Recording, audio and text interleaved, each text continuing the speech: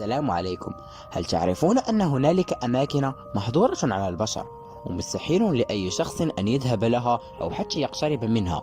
في هذه الحلقة سوف أذكر لكم 5 أماكن توجد في العالم ومستحيل وممنوع أن يدخلها أي بشري، وهذه الأماكن قد تكون سمعت عنها من قبل، وسوف تنصدم من بعض الأماكن أنها موجودة حقا على كوكب الأرض.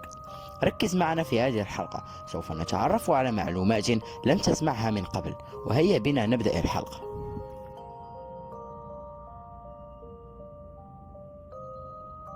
أول مكان سوف نتحدث عنه هو جزيرة الأفاعي.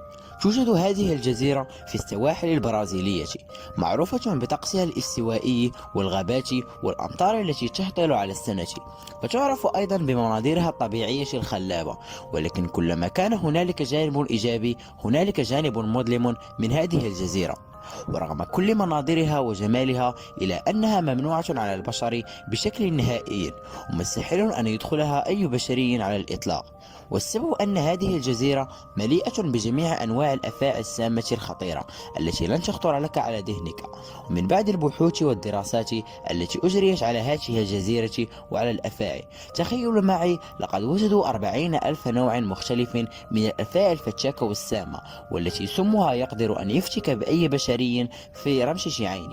ولهذا السبب تعتبر هذه الجزيرة خطيرة للغاية وتشكل خطرا كبيرا على البشر، وحتى الحكومة البرازيلية أصدرت بلاغا رسميا بمنع أي بشري من الاقتراب لها من غير الباحثين والعلماء لعمل تجارب وأخذ السم لاستعماله في العلاج والدواء.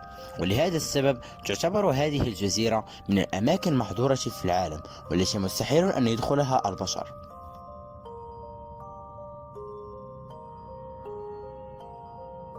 أما بالنسبة للمكان الثاني معنا في هذه الحلقة هو جزيرة سكان سانتير.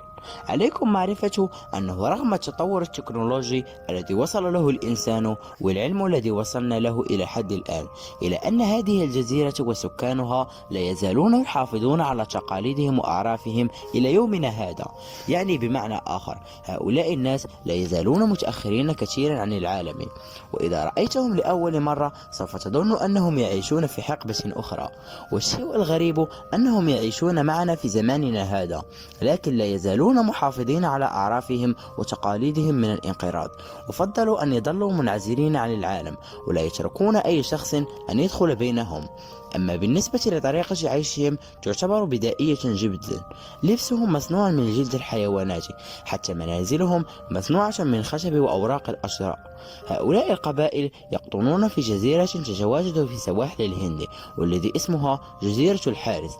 ويعتبر أفراد هذه القبيلة مسلحين بأسلحة بدائية كالرمح والمنجنيق وأشياء أخرى، ويتناوبون على حراسة الجزيرة على سواحلها. وإذا وجدوا شخصا يحاول الاقتراب منها فلا يلومن إلا نفسه. أما بالنسبة للحكومة الهندية، حاولت التواصل معهم عدة مرات، ولكن كل محاولاتهم باءت بالفشل، لأن السبب منع الحكومة الهندية أي شخص أو سائح من الاقتراب لذلك المكان من أجل محافظته على تقاليدهم من الانقراض.